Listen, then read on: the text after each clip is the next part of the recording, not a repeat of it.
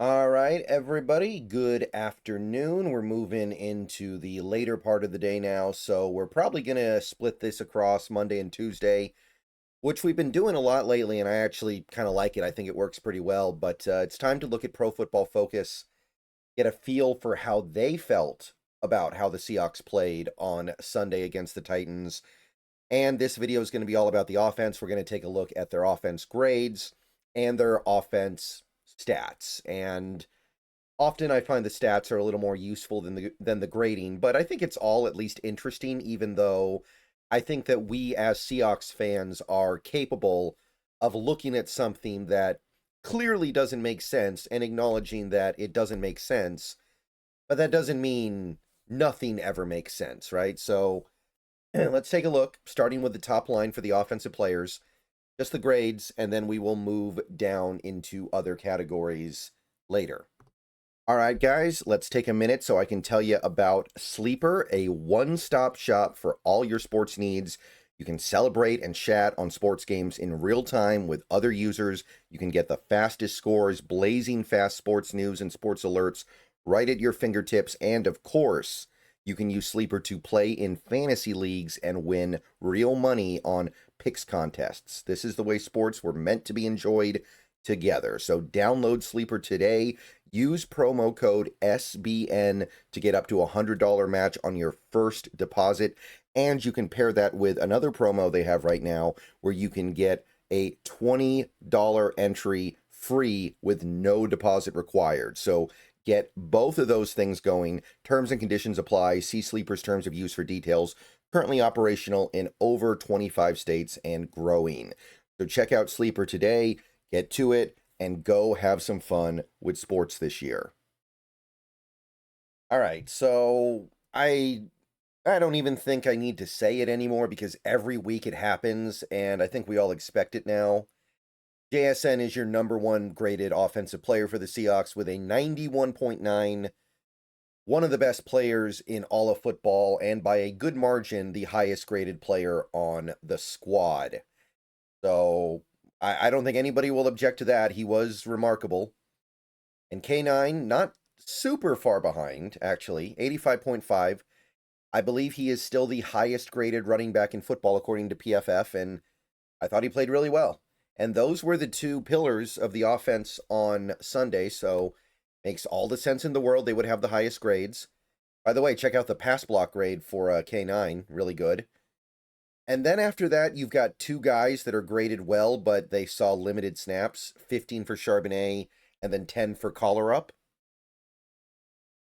And then you kind of just sink right into the lethargic mediocrity of the middle of the lineup, where some of these guys played okay, but there isn't a lot of excitement here, right? Everybody else just kind of falls into the same bucket of whatever. Anthony Bradford was our fifth highest graded player on offense. Now, you can see why, right? The pass blocking grade is still really bad, but he did good run blocking, so therefore he gets an okay grade.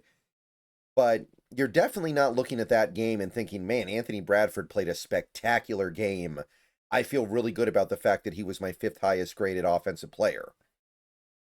Cooper Kupp next. Again, fairly anonymous, but doing his job. Sam Darnold, which I'd say that's about appropriate. I know that some people were kind of surprised how low this grade was, but when you've got multiple turnover-worthy plays, it's sometimes hard to overcome. You got to do something pretty spectacular to overcome that.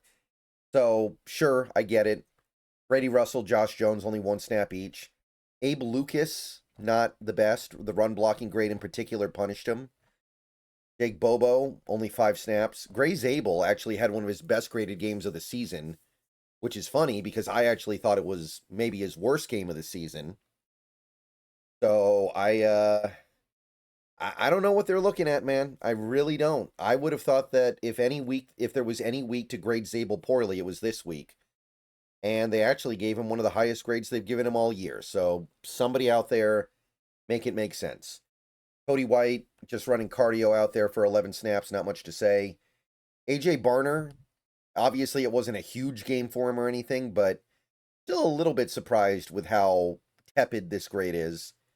Robbie Oots, kind of in the same place he always is. And he didn't play that much anyway, honestly, so I'm hesitant to try to read anything into it. And then you've got the guys that PFF was actually somewhat critical of: Arroyo, Rashid Shaheed, which is interesting. Obviously, the production hasn't been there for him yet. I'm a little bit surprised to see them say that they actually think he played poorly. Cross, this was actually the worst graded game Charles Cross has had in a little while. Mostly, I think, because of the penalties. He had 2 penalties in this game. So it's hard to overcome that. And then coming up in the rear, bringing it in the bottom, is Olu Oluwatimi, 51.6, which isn't completely terrible, but he's just not the guy. He's an okay player. He belongs in this league. You don't really want him starting for you, though, and I think that's just going to be the book on him at this point. We can survive with him, but it's definitely hard to thrive with him. So that's the top-level grading.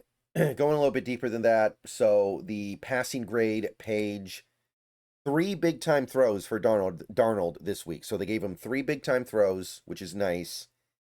They did give him 2 turnover-worthy plays, so he did also dance between the raindrops a little bit, but I can live with turnovers if you're making some big-time throws. And I think that is the trade we need to live with when it comes to Darnold. He's not going to just crank himself all the way down and turn into a game manager. That's not who he is. That's not what he does. So I can live with that, but you can see why he wasn't graded that well. There were mistakes made. The passing chart, though, pretty nice. Back to kind of form here.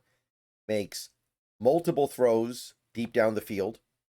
Multiple throws more than 20 yards down the field. Doesn't use the intermediate very much, only completes 1 pass to the intermediate, but a lot of checkdowns, which after last week I think is really good and really important. We needed to see him be willing to take the quick stuff, and you've got 14 attempts, less than 10 yards from the line of scrimmage. And we were fairly productive on these plays as well. One of them went 30 yards, the K9 check down. So, hey, I like it. I like the fact that he's using it all, and he continues to have a very pretty chart. All right, moving beyond that, the receiving page. Again, the only thing I really care to look at here is the slot thing. And you can see Cooper Kupp gets most of his snaps in the slot. JSN, although he did actually get a higher percentage of his snaps in the slot than typical, still 75% wide, 25% slot. Rashid Shaheed actually had as many snaps in the slot as JSN. You also saw some for Barner, Walker, Arroyo, etc., etc. So it is indeed the Cooper Kupp show in the slot, and JSN has proven that he has moved well beyond just being a slot guy. At this point, I don't even know if I need to reiterate it because it's so obvious at this point, but I do like pointing it out consistently because it's crazy that we're here right now, and it's crazy that it's working so unbelievably well. Also, receiving versus coverage. Again, the main thing I like to look at here, JSN getting targets against everybody.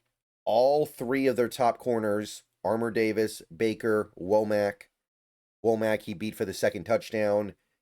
He's got targets against safeties. Winston, Hooker had the long touchdown against Hooker, and even a target on a linebacker with Cedric Gray. Now, the Cedric Gray target didn't go anywhere. It was a 1-yard catch, but I like the fact that we're continuing to find ways to get JSN involved against everybody. JSN is being moved around, and it's really hard for opposing defenses to stick one guy on him. So that's all I can ask for there. Rushing direction, always interesting. It was good this week. I would say that there was no real big deficiency here except running off right end, which that may be why Abe Lucas got punished a little bit in his grading. You can see that we did not have any success running off right end, and that might also be a reason why the tight ends got graded poorly this game. Because when you're running off right end, you're running to the outside of the tight end. So, struggles there, but we did decently well to the left side. We had the 19-yard run up the middle left. We had the 13-yard run off right guard. We had good runs off right tackle. We had good runs up middle right. There's actually a lot going on here that's pretty good. Again, the one problem is the right end stat. 3 carries, 1 yard, not good. And by the way, we had a 4-yard rush to that side. So on the other plays, you're losing yards. And that's really about all there is to say. It was a good week for the running game. And if they can keep that up going forward, we're probably going to be a much more balanced team in terms of both the offense and the team in general. All right. Pass blocking. So first of all, no sacks credited to the offensive line, which means that Darnold did get sacked once yesterday. PFF, I guess, thinks that sack was Darnold's fault. Always kind of interesting to note that, because my first impression was that it wasn't really his fault. I thought it was on Lucas. I thought Lucas, it's either on Lucas or it's on Oluwatimi for allowing his man to beat him so bad Darnold has to scramble up and Lucas's man can get to him. But I would have said that was the offensive line's fault. PFF seems like they don't agree. But either way, 10 pressures, according to PFF, are the fault of the offensive line. And you can see they gave really good pass block grades to both backs, which is cool. Not that there were a lot of opportunities. Charbonnet in particular only pass blocked once the whole game. And even though Lucas did give up 2 pressures in this game, they thought he was our best offensive lineman in pass protection, grade-wise. Arroyo, Josh Jones, whatever. A.J. Barner, kind of just hanging out in the middle here, did allow a pressure. You don't like to see that. Charles Cross, and this must be mostly because of the penalty, 56.1, even though he allowed 1 hurry the whole game. You don't see that often. Gray Zabel, not great. He gave up a QB hit. Same for Nick Collerup. Collerup allowed a quarterback hit on limited reps. And then you've got Oluwatimi and Bradford both hanging out pretty darn low here. They each allowed 2 hurries, so I get it. Center and right guard are the 2 easiest offensive line positions to not allow pressure. And Robbie Oots had 1 pass block rep, and I guess it was really bad, even though he didn't actually allow a pressure. So I don't know how they determined that, but they really didn't like it, because based on that 1 rep, they gave him a 15. So nobody's doing worse than that. And yeah, not the greatest graded game, but in terms of the actual results, if my quarterback only gets pressured 10 times in a game according to PFF, I'm happy with that. Run blocking, kind of just forgettable as well grade-wise. Bradford, Oots, Collerup lead the way, so obviously the big story here is Bradford. And this is how he can kind of earn his keep a little bit, because there are big problems with him right now, but hey, he's giving you something as a run blocker. At the very least, that justifies his continued play over someone like a Christian Haynes, who I don't think has the strength to be a good run blocker at right guard. And then everything else just kind of settles into whatever. Like Oluwatimi, Darnold, whatever. Darnold's a quarterback. He doesn't run block that much. Charbonnet, Brady Russell, not enough reps. But like all the offensive linemen, honestly, feel like they're down here. Cross, not very good. Zabel, not very good. Lucas, not good. So, kind of blah. Again, I don't really like to look at the grading. This is kind of why. I don't feel like it tells the story that well. What is worth noting here, more zone than gap by a wide margin, so it does seem like what we did last week might have been opponent dependent. And it's interesting, right? Because Oluwatimi is still in the lineup, and we're still not favoring gap, even though I think gap is probably something that Oluwatimi can do better than Sundle. But regardless, that is the grading for the offense this week. Let me know what you guys think. I will see you guys later. I'm going to, I think, save the defense video for tomorrow. Everybody have a good rest of your day. Go Hawks, and enjoy the Monday night game. Probably going to stream. I might stream on YouTube tonight. I might do something a little bit different tonight. But I think I will stream in some capacity tonight. Hope to see you there. Go Hawks.